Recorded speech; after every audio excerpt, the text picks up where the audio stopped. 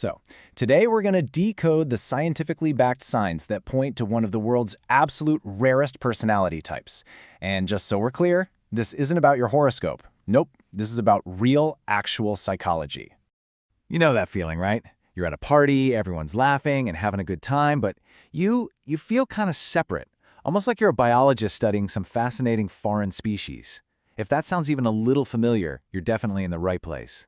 And look, let's get one thing straight. This isn't about feeling special just because you like obscure music or something.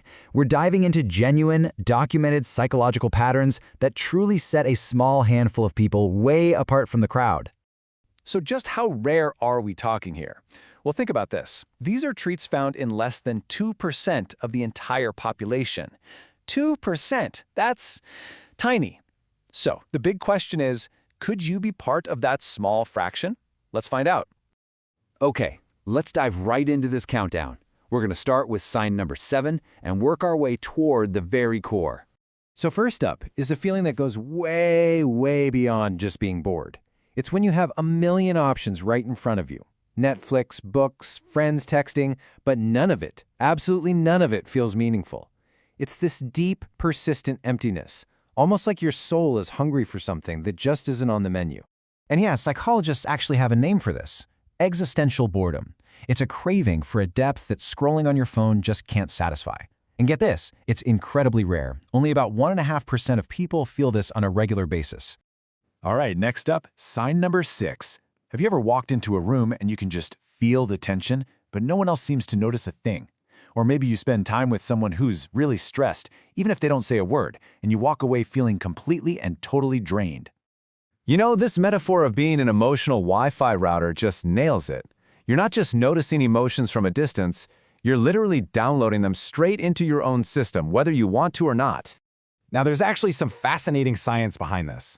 It points to what's called a highly active mirror neuron system. These are the brain cells that help us understand what other people are feeling. But for the 1 to 2% of people with this trait, those empathy circuits are basically cranked up to 11. You don't just understand what someone's feeling, you physically feel it with them. Okay, coming in at number 5, we're talking about your inner world. And I don't just mean thinking, where did I put my keys? I mean you have full-on, productive debates inside your own head.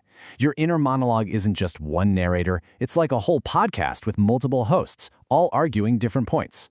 And it turns out that is exceptionally rare. Research shows that most people either have no consistent inner voice, or it's just a simple one-way street. This dialogical, conversational inner world, well, that's your secret weapon. It's why you can argue any side of an issue because you're genuinely living all those different perspectives inside your own mind. All right, let's keep this going. We're moving into the next set of signs, from 4 down to 2.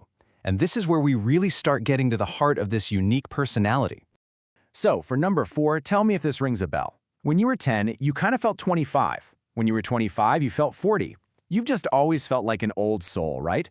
Maybe a little disconnected from your peers, preferring to talk to adults, and having interests that seemed way too serious for your age. Well, this is often called old soul syndrome, and it's a trait linked to personality types found in less than 4% of the population.